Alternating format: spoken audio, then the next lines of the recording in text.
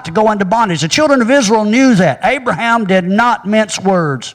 Abraham passed it to Isaac. Isaac passed it to Jacob. Jacob passed it to his children. And I would imagine that's why Jacob's years were hard, because Jacob knew that at the end of his life, he would see his children go into bondage. Jacob knew that.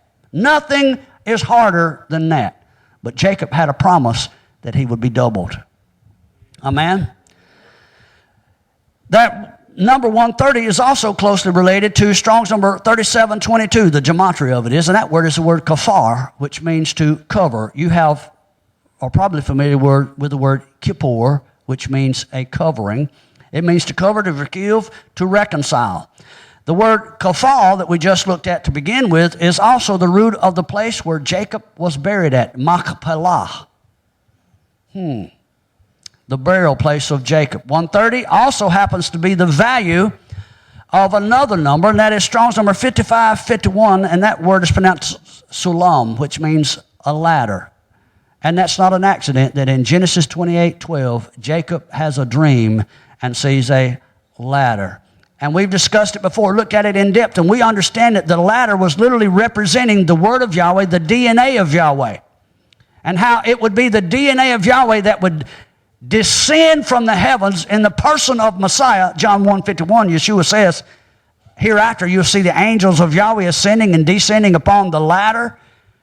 He's inferring that it would take the DNA, the Word of Yahweh, and Jacob is laying there seeing this. Jacob knows his family's going into bondage. He knows they'll sell themselves to these idol gods, but Jacob also knows that he's making a tikkun, which means a restoration, that his people would see their DNA repaired and they would come out a changed people. He lived it in his own life. He went from Jacob to Yisrael. Can y'all see that?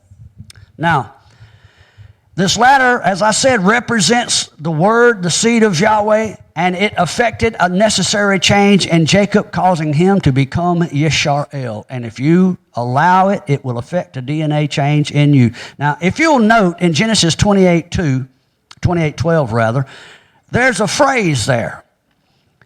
And it says that he dreamed of a ladder.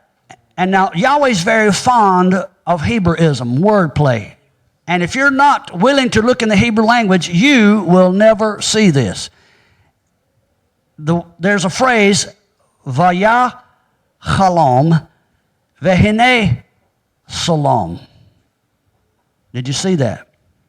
You could literally say, if you took out Vaya and Vahine, you'd have Chalom Salom. It's a word pun. The word for dream is the word Chalam. And the word salam is a word for ladder. Can y'all see that? Let's look at it a little bit further. If you'll notice, only the first letters are changed. You have the kaf and the samik that are different. Now, the word kalam, as I said earlier, Strong's number 2492, means to dream. It's inferring to receive an image while in a sleeping state. Some may get that. It's also closely related to 2491 and 2490, the word kala, which means something slain. Listen to this. Something pierced, wounded, and profaned. Did you hear what I just said? We're talking about this word for dream. In this dream, he's seeing one who's pierced and wounded and profaned. And that pierced, wounded, profaned one is connected to this ladder that you and I were just talking about, the kalam salam.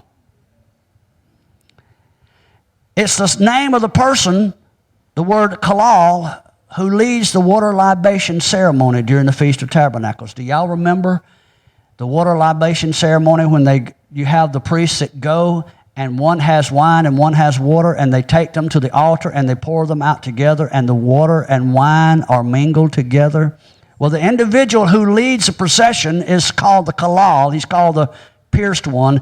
And in Jerusalem, he'll be playing a flute. And the word for flute there is also kalal, the pierced one. And so what Jacob is seeing in this dream, he's seeing the one who would pour himself out, the one who would become a water libation for the people. He saw the pierced one. Now, 130, the number 130 is also the gematria of Strong's number 5261 and 5262. And that is the word that means a drink offering, a libation poured out before Yahweh. That's not an accident. He saw the pierced one. He saw the water libation ceremony when he dreamed of this ladder. That number 130 reminds us of the prophetic nature of this Torah portion. It would be the living Jacob and his death and burial, and the culmination of his, or the continuation rather, of his lineage through Joseph. Do you remember in this first verse, it talks about Jacob telling Joseph to place his hand under his thigh? See, that's a very important point. We miss that. Placing the hand under the thigh is implying not only an oath, but it's inferring the transfer of seed or DNA. Are you hearing me? And so what's happening here, you have a picture of the death and the burial of Jacob, but you also have a picture of Jacob being resurrected in Joseph. Can you see that?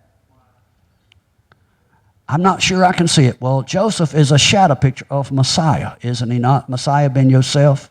And so we had typified in Messiah the death and burial and subsequent resurrection of the nations. Can you all see that? Now, as we continue to look at this in Genesis 47:29, you'll find that it's inferring that Jacob and Messiah are actually shadow pictures of one. And as we begin to look at it, you'll find that Jacob becomes doubled while in Egypt rather. He became the covering that would overshadow his people. Joseph did, because it transferred from Jacob to Joseph. Joseph being a type of Messiah, he becomes that covering that would overshadow us. Joseph receives the DNA of Jacob. Literally, physically, he has received it. I also believe there's a spiritual transfer of the priesthood as well. And the spiritual transfer of the word that Jacob had received while in the tents of Shem studying the Torah, it's transferred to Joseph. Can y'all see that? All the while, he's pierced in the hollow of his thigh. You remember when Jacob wrestles and the hollow of Jacob's thigh is struck? Well, the word for thigh here, Strong's number 3409, is the word yarak, which means thigh, but it can also mean loins, and it can also mean side, which is a shadow picture of Yeshua, who was pierced in his side just as surely. Now, in between kalam and salam, you had the phrase vehine. I want to look at that word, hine. Strong's number 2009. If you say hineni, you're saying, I'm here, here am I. The hine with a yod on the end of it. It means behold, it means to look, it means now, if. It's calling attention to something that's about to happen, a future event. So what you're seeing here is that Jacob is dreaming of the future ladder Messiah. Jacob is dreaming of what Yeshua said in John 1:51, the DNA of Yahweh that would be spread throughout his generation. And finally, that number 130 also is the gematria of 5513, the word Sinai. Sinai is a mountain upon which Yahweh descended as soon as he brought the children of Israel out of Egypt. And he released his word, his seed, into Israel. The root of Sinai comes from the same as the word Sanhedrin. Hedron is 70. San is the word for learned. And so if you add the yod suffix on the end of it, it indicates possession. Sinai can mean my learned man. So 130, that hidden one, represents the Messiah, the learned one. And it's also, quote unquote, ironic and not coincidental that Adam, after Abel was killed, Cain goes into the land of Nod, becomes a wanderer. 130 years pass, and Adam has another son named Seth, who becomes the lineage through which Messiah will come. See, the number 130 is extremely powerful. What you have here is a mirror in the life of Jacob. And this, although this chapter ends with Jacob's life being cut off, you actually have the beginning as well of Israel's bondage in Egypt, and it also is foretelling the end of Israel's bondage and the beginning of Jacob. So what's happening is that the end reveals a beginning. It's a mirror. Isaiah 46:10 tells us that. You find Jacob requesting of Joseph that he bury him in the place of his fathers. That request is repeated again in Genesis 49:30. That place was known as Machpelah. I love that term, Machpelah. It means to double. It means a double portion. It's from the root, as I said earlier, Strong's number 3717, kafal. Remember I told you to pay attention to that number, kafal. 130 is the gematria of the word kafal. It's not an accident. Kafal means to fold it over, to double it over. And it's seen as referencing the breastplate of the high priest, Exodus 28:16. Do you remember when Jacob had his dream that we were just talking about? He was at the place known as Beit El, the house of Yah. Formerly, that place was called Luz. The word Luz is the word for almond. Now, this is important. We know that when Abraham met Melchizedek, we were taught that Abraham paid tithes to Melchizedek. I don't believe that's the case. I believe it's exactly opposite. I believe the way that the Hebrew language reads that it's actually inferring that Melchizedek paid tithes to Abraham, transferring the priesthood to Abraham, and we know that Abraham becomes the priest in the earth.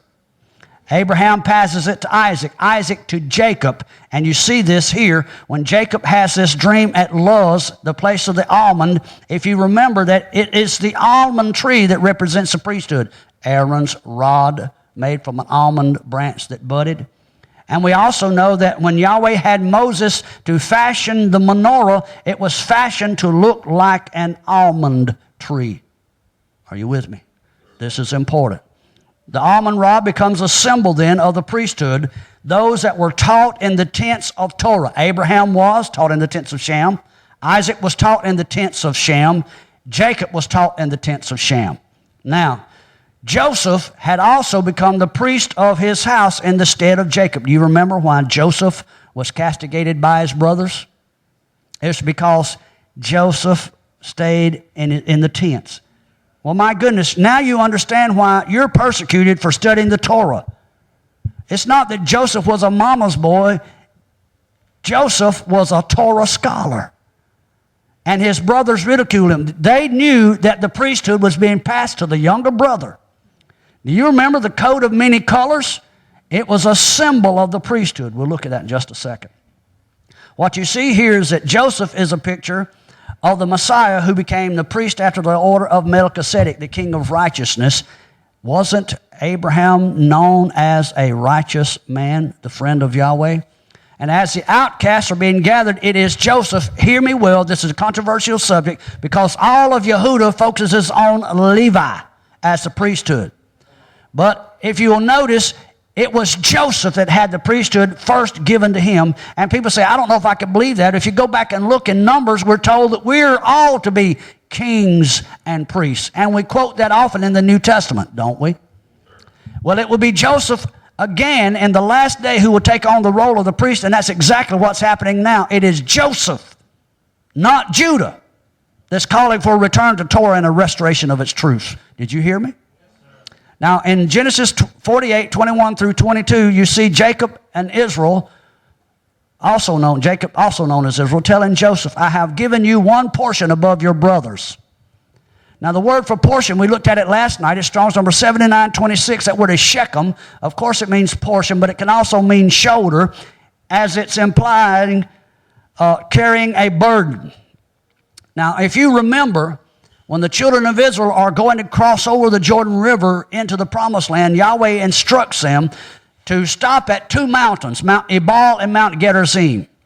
And you're to place half the tribes on one mountain and half on the other, and this group declares the curses, this group declares the blessing. Right in the center of the two mountains is the place called Shechem. It's this portion that was given, the territory known as Shechem was given to, as an inheritance, was given to Joseph.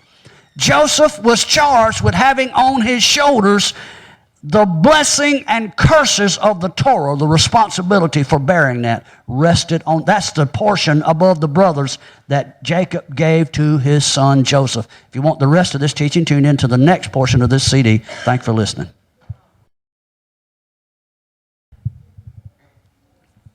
Thank you for tuning back in with us. We're here at Manna from Heaven Ministries, and we've been looking at this week's Torah portion, Vayechi, and it literally means, and he lives.